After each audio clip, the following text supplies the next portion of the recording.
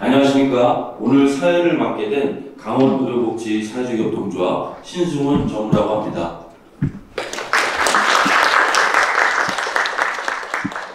지금부터 위기 직면한 원주 사회적 경제 활성화 방안 모색이라는 주제로 원주투데이 신문사 주최 시민 토론회를 시작하도록 하겠습니다. 이번 토론회를 주최한 원주투데이 오원집 대표의 인사말이 있겠습니다. 박수 부탁드립니다. 안녕하십니까? 안녕하십니까? 했을 때 별로 안녕하지 못한 것 같습니다. 지금 정부가 사회적 경제 관련된 예산을 대폭 삭감하면서 아마도 여러분들이 안녕하지가 못한 것 같습니다. 오늘 저희가 이 토론회를 개최한 것은 지금 이제 정부 예산 삭감으로 여러분들이 굉장히 위기감을 느끼고 있으리라고 생각을 하고, 그 위기를 각자가 고민하기보다는 우리가 함께 머리를 맞대고 좀 고민해보는 그런 자리를 만들기 위해서 이번 토론회를 기획하게 됐습니다. 너무 뻔한 얘기입니다만은 위기는 기회다, 이런 얘기 많이 들으셨죠? 저는 이번 정부의 예산 삭감이 오히려 원주의 사회적 경제가 탄탄하게 발전할 수 있는 기회를 제공할 수도 있다, 이렇게 생각을 합니다.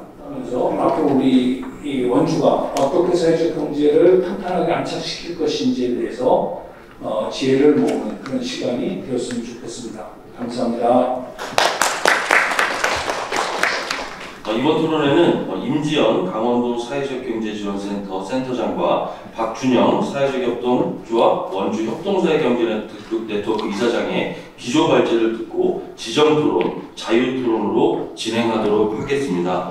먼저 첫 번째 발제는 임지연 강원도 사회적경제지원센터 센터장의 원주시 사회적경제 실태조사 결과와 의미라는 주제로 기조발제를 해주시겠습니다. 네, 반갑습니다. 방금 소개받은 강원도 사회적경제지원센터장 임지연이라고 합니다.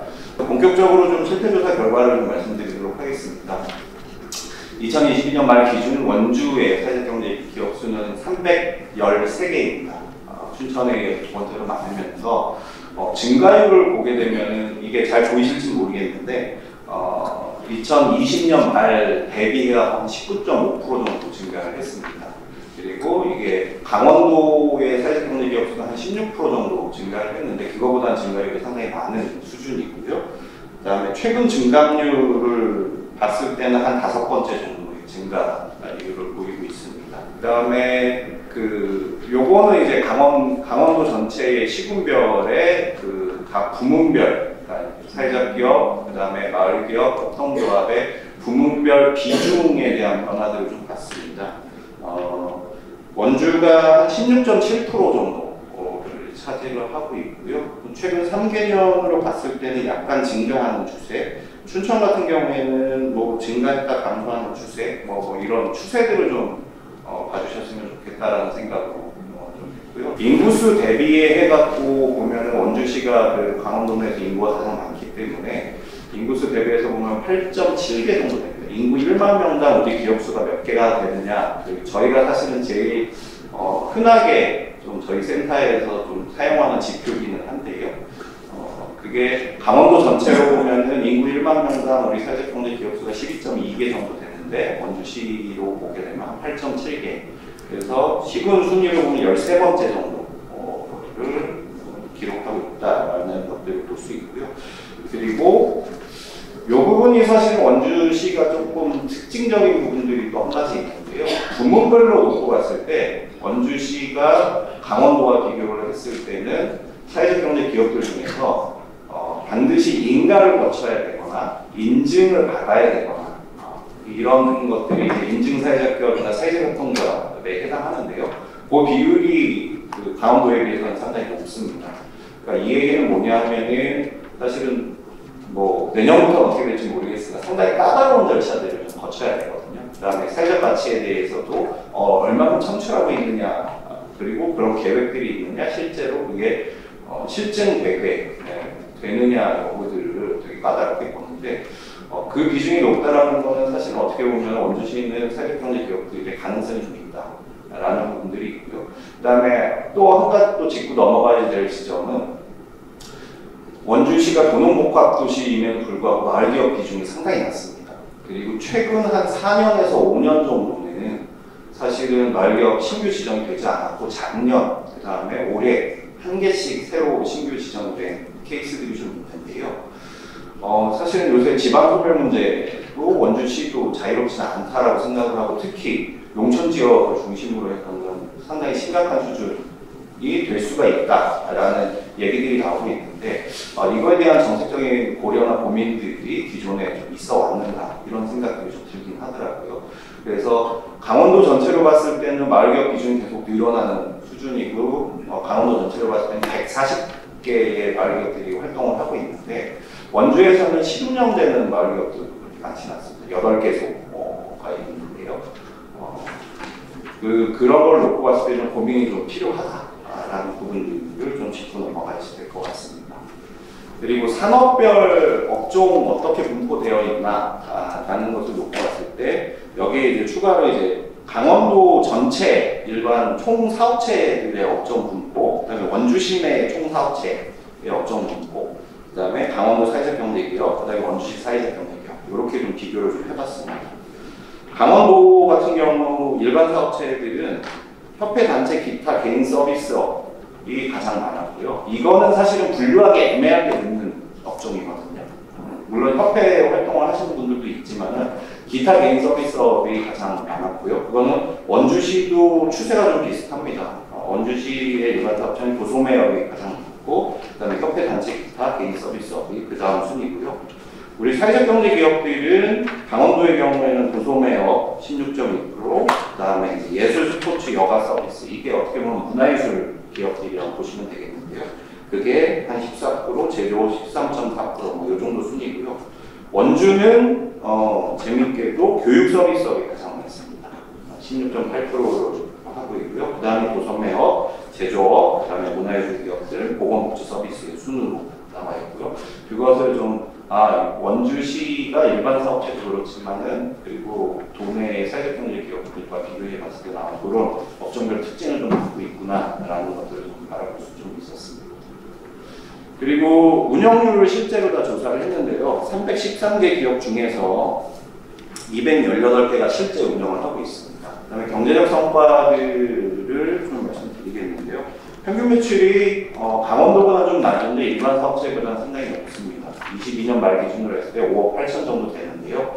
코로나 위기임에도 불구하고 계속 상승하는 모습을 보이고 있습니다. 그리고 예비사회적 같은 경우는 V자형 모습을 보이고 있고요. 나머지 부분들은 아마 자세히 보시면 될 것 같고, 일반 사업체, 그러니까 강원도의 일반 사업체 이게 그 전국 사업체 조사를 분석을 한 건데요. 평균 매출이 한 2억 7천 정도 됩니다. 강원도 일반 사업체가. 원주시가 한 3억 1천 정도 되고요. 우리 기업들이 과연 그러면은 이것을 놓고 봤을 때 일반 기업들과 비교해서 봤을 때 그렇게 막 속된 말로 불쌍한 기업들이냐 이걸 놓고 봤을 때는 분명히 아닌 부분들이 있고 이 얘기는 뭐냐면은 원주시 그리고 강원도 안에서도 일정 정도 경제 성과들을 내고 있는 기업들인 거다. 그리고 초기의 지원들이 그렇기 때문에 더더욱 필요하다. 그래야 사실은 지속 가능한 생태계를 만들 수 있다라는 부분들을 말씀드리고 싶고요. 특히 이 부분이 이제 중간 보고회 때도 좀 많이 말씀드렸던 건데 상당히 긍정적으로 생태계가 좀 변하고 있는 코로나 위기를 겪었음에도 불구하고 매출액 1억에서 5억의 비중이 상당히 좀 늘어나는 부분들. 사실은 요 1억에서 5억에서 10억을 넣느냐 안 넣느냐가 사실은 10년 이상 기업을 만드느냐로 경영하는 되게 중요한 얘기를 하거든요. 그래서 매출액 10억 이상이냐, 고용인원 10명 이상이냐, 탱탱이라고 얘기를 하는데 탱탱 기업들을 좀 많이 만들어야지 사실은 좀 생태계가 좀 만들어지고 그 기업들이 좀 앞에서 끌어주는 효과들이 생태계를 만드는 데 되게 중요하다라는 부분들인데 그 가능성들은 보이고 있는데 여기에 조금만 더 물을 좀 부어주면 훨씬 성장할 수 있지 않을까라는 생각을 합니다. 그리고 취약계층 고용을 상당히 많이 얘기하는데요. 한 60% 수준으로 취약계층 고용을 하고 있고요. 사실은 어떻게 보면은 이번 예산 삭감 이후로 요분들의 어떻게 보면 절대 일자리가 한순간에 사라질 수도 있어갖고 그런 부분이 좀 걱정이 되긴 하고요. 사회적 기업 같은 경우에는 취약계층 고용 비율이 상당히 낮아졌는데요. 이것에 대한 원인을 좀 분석해 봤을 때는 반드시 취약계층 일자리를 창출하지 않아도 되는 기타형이나 아니면 사회서비스 제공형 이런 지정이 좀 늘어나고 있습니다. 어떻게 보면 조금은 다변화되고 있다는 거죠. 그래서 좀 이런 혁신 기업들의 그 초기 어떻게 보면 연착륙이나 뭐 이런 것들에 대한 진정도 필요하지 않을까라는 생각을 좀 했습니다. 마무리 지으면서요. 요거는 사실은 요 데이터를 좀 정리하고 실태 조사를 진행하면서 기업별 데이터들을 좀 제공할 수 있는 부분에서 의미가 좀 있었고, 앞서서도 말씀드렸지만 이 사회적 경제 네트워크들의 노력이나 아니면 행정의 노력, 그다음에 지원 기관들의 노력들이 좀 적절하게 융합이 돼야지 지역 사회적 경제 지속 가능성 효과를 좀 확인할 수 있었다는 부분들을 좀 느낄 수 있었고요. 위기임에도 불구하고 위기대응 능력에 대해서 분명히 일정 정도 효과가 있다는 것들을 확인할 수 있었다라는 부분들이 좀 의미가 좀 있었고요.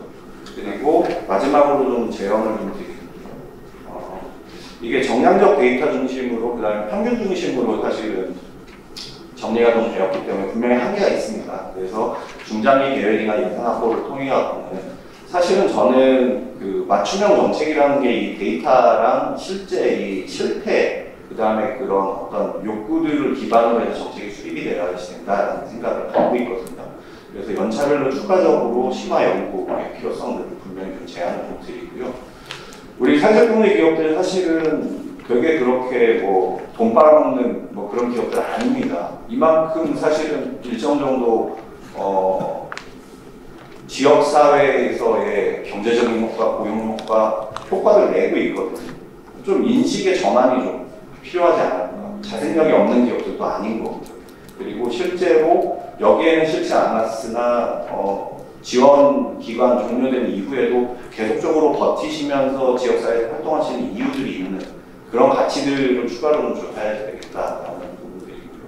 그다음에 교농복합도시 원주시 특성과 업종별 특성, 그다음에 이 데이터에 기반해갖고 육성 정책이 좀 필요하다라는 거고요. 이어서 두 번째 발제는 박준영 사회적협동조합 원주협동사회경제네트워크 이사장의 원주시 사회적기업 재정지원 중단의 의미와 파장이라는 주제로 기조 발제를 해주시겠습니다. 예, 발제 드리겠습니다.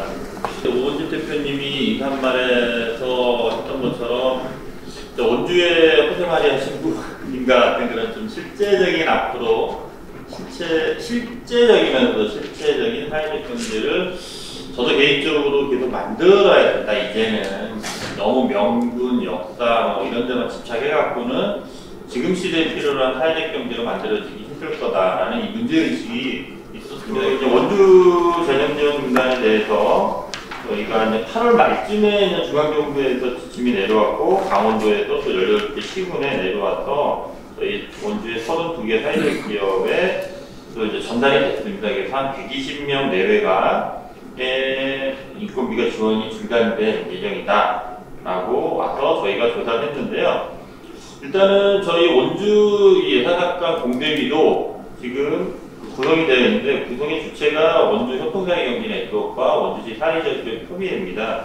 그래서 지금 오늘 토론자로 오신 우리 김태성 회장님과 제가 역할 분담을 해서 저 32개 기업에 다 전화를 드렸고요. 그 중에 31개가 연락이 돼서 28개가 응답을 주셨습니다. 3개는 뭐 담당자가 휴가간 것도 있고 바빠서 얘기 못 해준 부분도 있고요.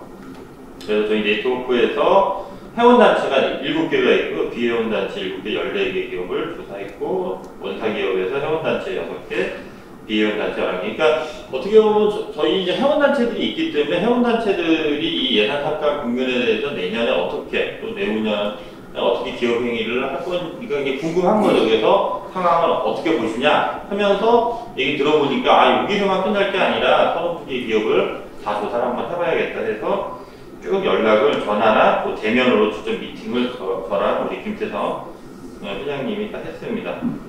그래서 재정지원 인력을 보니까 네트워크에서는 37, 회원 20, 비회원 17, 원사기업은 44명 정도가 됩니다. 지금 이게 발표에 하면 전체적으로는 한 인력이 총 81명 정도 될 거라고 인력은 한 120명 될 거라고 했는데 저희가 조사한 인력은 81명이고 여기 응답이 정확히 안 나온 거 하면은 플러스 알파가 한 90명 정도 120명까지 오차가 있는데요. 그게 아마 예산삭감 발표 시점에 인력 지원이 중단될거나 특히 뭐 전문 인력이 이렇게 마감된 곳들 또는 뭐 전화 인터뷰를 하다 보니까 누락된 그런 곳에 좀 차이가 있지 않을까 해서 이거는 조금 더 우리 시행정관부 얘기를 좀 나눠봐야 될 것 같습니다. 그래서 인건비 삭감에 따른 기업 체감도를 이거는 뭐 좀 정량적으로 저희가 어떻다 이렇게 꼼꼼히 아까 말씀 조사한 게 아니어서 전화나 인터뷰를 하면서 느꼈던 겁니다. 그리고 저희가 질문했을 때 어떠냐니까 당장 부담이 된다라고 했더니 12개 기업 정도 되고요. 그다음 보통이다 한 8개 기업, 어려우나 고용을 유지하겠다 한 8개 기업입니다. 기타 내용으로는 이미 대응을 좀 한 영역들은 있습니다. 문화예술 쪽은 이미 예산이 뭐 지원책이 줄어들면서 자체적으로 좀 준비했다 이런 얘기도 있고요.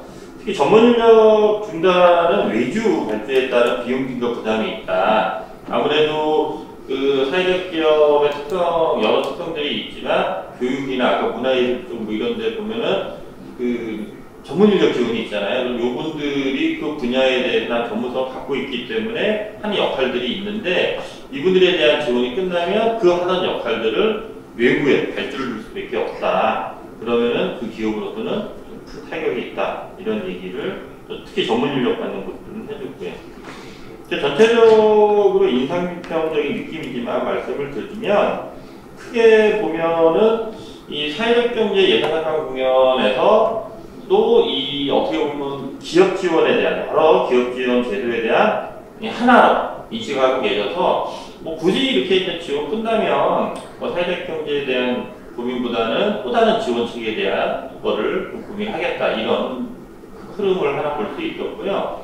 그다음에 두 번째보다 세 번째 걸 먼저 말씀드리면 사회적 기업 또는 경제 조직으로서 정체성에 대한 고민, 특히 이제 자존심의 상처. 그러니까 나는 이 하나의 경제 주체로서 새로운 비전을 갖고 또 취약계층 고용과 또 취약계층에 대한 뭐 사회 서비스나 뭔가 의미가 있는 사회적 가치를 만들기 위해서 해왔는데 이것이 이제 한순간에 무너지는 거에 대한 이 정체성 뭐 이런 또 문제의식을 또 얘기를 많이 해주셨고요. 그 중간지대 고민은 되나 당장 이게 어떻게 해야 될지 이걸 어떻게 파장을 일으킬지 이것이 좀 감이 확 오지 않는 이렇게 좀 전체적으로 좀 나눌 수는 있었습니다. 그래서 저도 이렇게 조사를 하면서 느낀 거는 그렇지 않아도 우리의 사회적 경제가 지난 15년이나 20년 해오면서 뭐 동질성이 강하다 이렇게 좀 보기 힘든데 좀 이질성이 이게 뭐 업종별로 다양하고 사회적 경제 유형도 되게 다양하다고 그런 문제점이 있는데 저도 이제 그런 과정에서 좀 의심이 좀 들었거든요. 과연 우리는 하나로 뭉쳐서 하고 있는 건가? 근데 또 조사를 해보니까 이렇게 나눠지는 것들을 구분할 수가 있었습니다.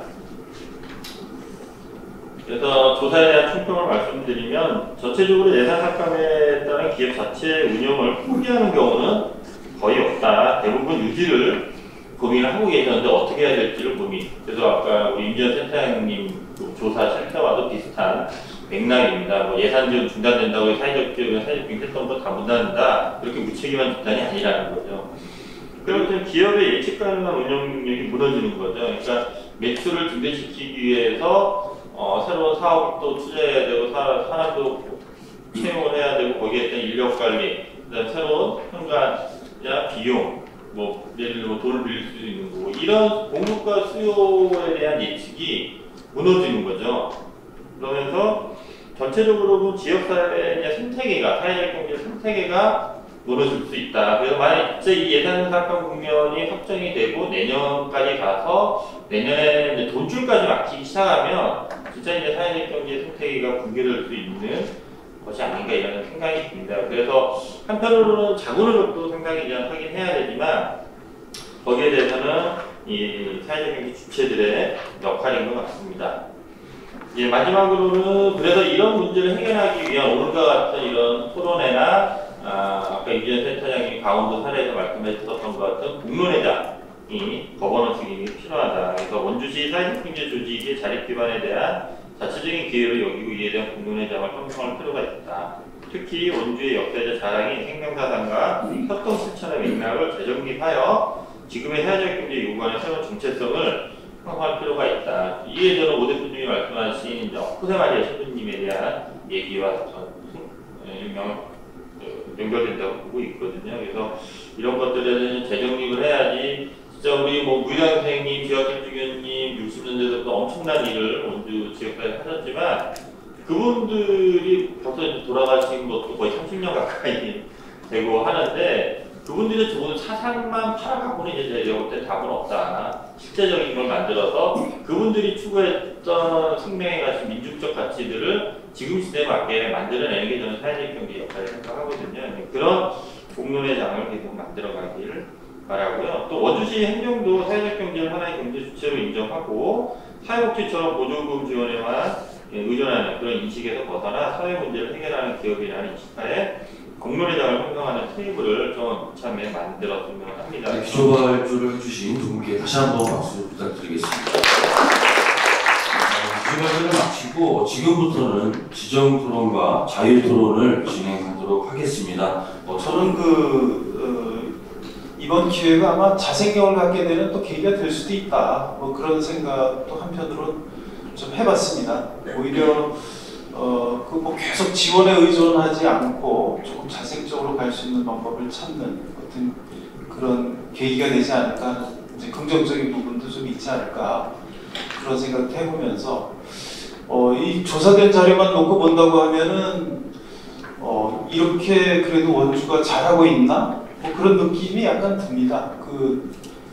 전체적으로 일반 기업들하고 이제 이렇게 비교해 볼 때도 뭐 상당히 더 매출액도 높고 뭐 이런 거 보면은 원주가 전체적으로 볼 때 그런 글로벌 기업이 있고 그렇지 않기 때문에 전체적으로 경제도 그렇게 좋은 편은 아니지만 그래도 이 사회적 경제 부분은 그래도 상당히 선전을 하고 있지 않나.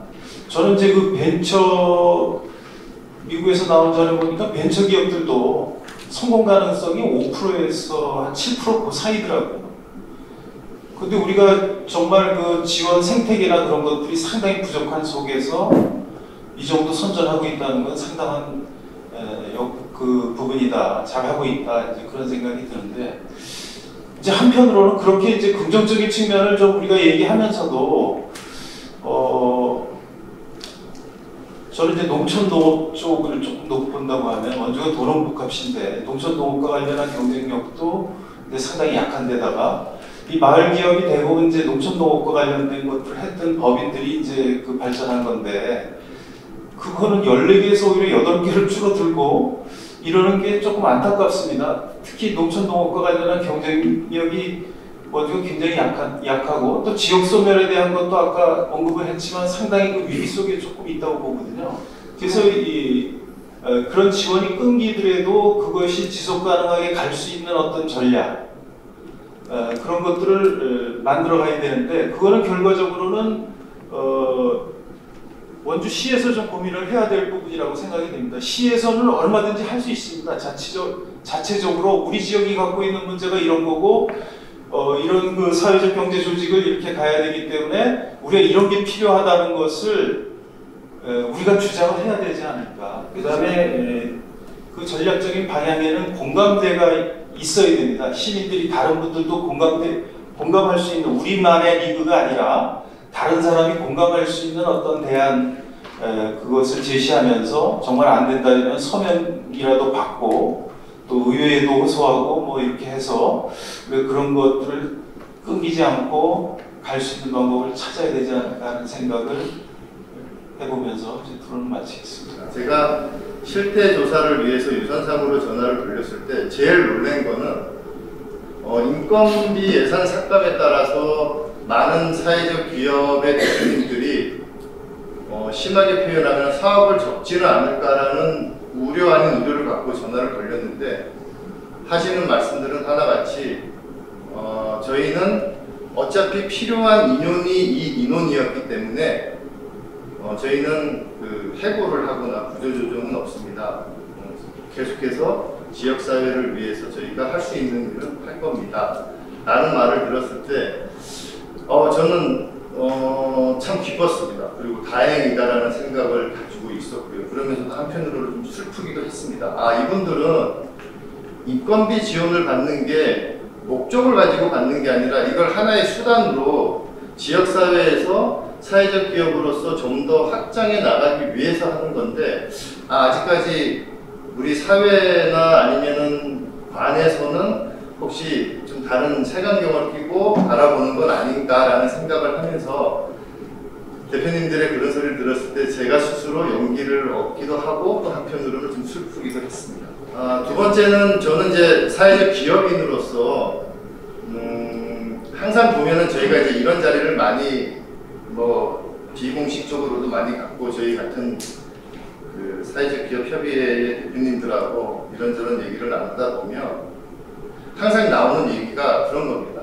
우리가 좀 발판을 마련해서 기업이 성장할 수 있는 것들을 고민을 좀 해야 되는데 뭐가 없을까라는 얘기를 항상 많이 하시는데 거기에 따라서는 판로 지원에 대한 얘기도 있고 다양한 얘기는 있는데 그렇게 근시적인 대안도 중요하지만 좀 중장기적인 대안을 좀 마련을 지금 해야 되지 않을까라는 생각을 합니다.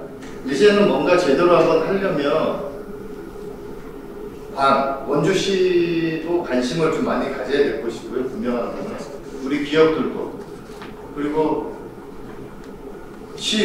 시의회도 무엇을 위해서 할 것인가에 대한 고민을 좀 많이 좀 해줬으면 좋겠습니다. 그냥 이렇게 현장에 와서 목소리만 들을 게 아니라 그래서 그 입법기관인 우리 시의회, 그리고 행정인, 우리 원주시, 그리고 우리 기업, 그리고 시사경센터 같이 중간 조직들이 이제는 뭔가 실질적으로 멀리 내다보고 지역에서 어떻게 해야 사회적 경제가 살고 농촌사회에서 소멸해가는 농촌사회도 활성화시키면서 계속해서 일자리도 창출할 수 있는 이런 방안을 진짜 모색해서 모색이 모색으로 끝나지 않고 작은 실천도 할 수 있는 그런 자리가 오늘 이 자리부터 시작했으면 하는 바람이 있습니다. 저는 그 강원국관에서 사회경제 기업 상품들을 판매를 하면서 제가 가장 크게 절실하게 느꼈던 부분이 사실 이제 경쟁력하고 자생력이었습니다. 근데 이번 정부에서 이렇게 예산 삭감을 대폭하면서 또 내세운 논리가 이렇게 자생력이 부족하다 이 얘기를 하더라고요. 그래서 저는 굉장히 이제 속상하고 충격이었습니다. 왜냐하면 제가 그렇게 이제 중요하다고 생각했던 부분인데 그 논리가 이렇게 적용될 수 있구나. 그러니까 실제로 이제 지금 이렇게 세수도 부족하고 이래서 내년 예산이 어렵다는 거는 다들 알고 있고 저도 이제 거기에는 공감을 합니다. 그리고 만에 하나 이제 그렇기 때문에 사회경제 예산도 일부 축소될 필요도 좀 있다고 이제 가정을 합니다. 근데 지금처럼 60%, 90% 이렇게 삭감하는 건 아닌 것 같고요. 거기다가 자생력이 부족하다고 얘기를 했으면 자생력을 키울 수 있는 대책이 있어야 되는데 저는 정부에서 그런 얘기 전혀 들어보지 못했거든요. 그러니까 그냥 단지 예산을 삭감을 하면 저희가 자생력이 생기는 건지 이런 문제가 좀 크게 느끼고 있고요. 저도 이제 예전부터 저는 좀 약간 이제 좀 경쟁을 중요시하고 경쟁력 같은 걸 이제 필요하다고 생각을 했었고요. 사회적 경제 영역에서 일을 하면서도 우리 기업이 단순히 지원에 의존하기보다는 이제 최대한 이제 자생력을 갖는 게 중요하다고 생각을 하면서 발로 전작을 해왔습니다. 근데 막상 들여다보니까 점점 시간이 갈수록 이게 내가 좀 너무 무리한 욕심을 부렸던 거 아닌가 이런 생각을 많이 하고 있습니다. 왜냐하면 사회적 경제 기업이 예를 들면 사회적 기업 같은 경우는 어쨌든 사회적 목적을 실현하기 위한 활동들을 하고 또 이제 취약계층을 고용하기도 하고 또 배분 가능한 2분의 3분의 2 이상은 사회적 목적으로 사용해야 되고 이러한 민간 영역에서 이렇게 동일하게 경쟁할 수 없는 조건들이 있는데 이런 걸 다 무시하고 경쟁력이 없다 이렇게 얘기하는 거는 저는 좀 맞지 않다고 보고 이거는 사회적 가치도 실현하면서 너는 경쟁력도 잘 가져라 이런 얘기고 저희가 이제 사회적 가치를 실현하는 거는 시장에서 이제 꽤 많은 부분이 효율적으로 이제 작동되고 있다고 보고 있지만 또 그럼에도 불구하고 시장에서 또 제대로 해결하지 못하는 시장 실태 문제들이 많이 있다고 보거든요. 그러니까 그런 부분들을 저희가 이제 채워가는 거라고 보고요.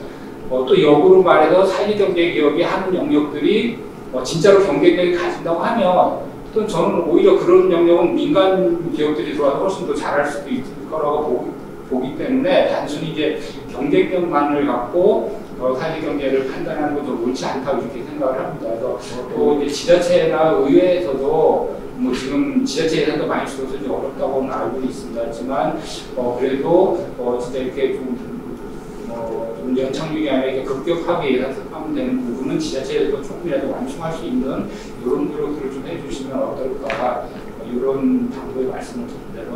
예전에도 보면 오히려 이제 지역에서 더 정책들이 활성화되고 이게 잘 되면 중앙정부가 이제 받아안는 경우도 많이 있었기 때문에요. 쉽진 않겠지만 지역에서도 의원님들이나 MGC에서도 사회적 경제에 대해서 조금 같이 머리를 맞대고 조금 같이 대책을 찾아가시면 합니다. 지금 우리 사회는 지금 정권에 들어오면서 사회적 경제라 그러면 사회주의 경제로 오해를 많이 합니다. 네. 이게 그 반시장 경제라고 생각을 하고 이 협동의 반대는 경쟁이라 생각하는데 협동의 반대는 고립이라고 생각을 합니다. 저는.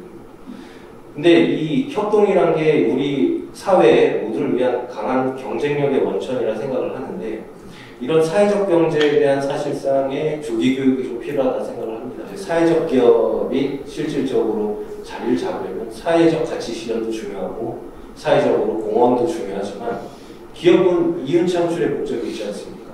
네. 그래서 최대한 포커스를 이윤 창출에 맞춰가지고 수출이라든지 아니면 그 협동조합이나 기업에 있어가지고 경쟁력을 갖출 수 있는 무언가들을 계속 개발하고 대표님들께서 그리고 이사장님들께서 열심히 노력하셔야 된다라고 했었는데 그것도 필요하지만 외적으로 저희가 의회에서 어떤 조례나 이런 개정을 통해서 도움을 드릴 수 있는 방법이 없을까 생각을 해보니 사실상 이제 집행부에서 넘어오는 예산을 가지고 우리가 쪼개가지고 할 수밖에 없으니까요. 그 부산 같은 경우에는 8개의 공공기관이 이제 합쳐가지고 이제 거버넌스를 구축해가지고 사회적 기업들과 이렇게 같이 저희 협업 활동을 많이 합니다. 그래서 저희가 의회에서 현실적으로 뭔가 도움을 줄 수 있는 거라고 하면 이미 지금도 뭐 받고 있는 분들도 계시겠지만은 먼저 관내에 있는 공공기관들과 좀 연계를 해서 그리고 저희 사회적 기업 협의회 회장님이나 아니면 이런 토론회 자리 이후에도 관계자들과 함께 어떤 거버넌스를 좀 구축하고 MOU를 구축하고 하면서 이제 실질적으로 지금 이 충격에 좀 대비할 수 있는 그런 것들을 의회 차원에서 만들어주면 어떨지 하는 제안을 좀 드리고 싶습니다. 네, 장시간 수고 많으셨습니다. 이것으로 원주투데이가 주최한 위기 직면한 원주 사회적 경제 활성화 방안 모색 시민 토론회를 마치도록 하겠습니다. 모두 박수를 치면서 마치도록 하겠습니다.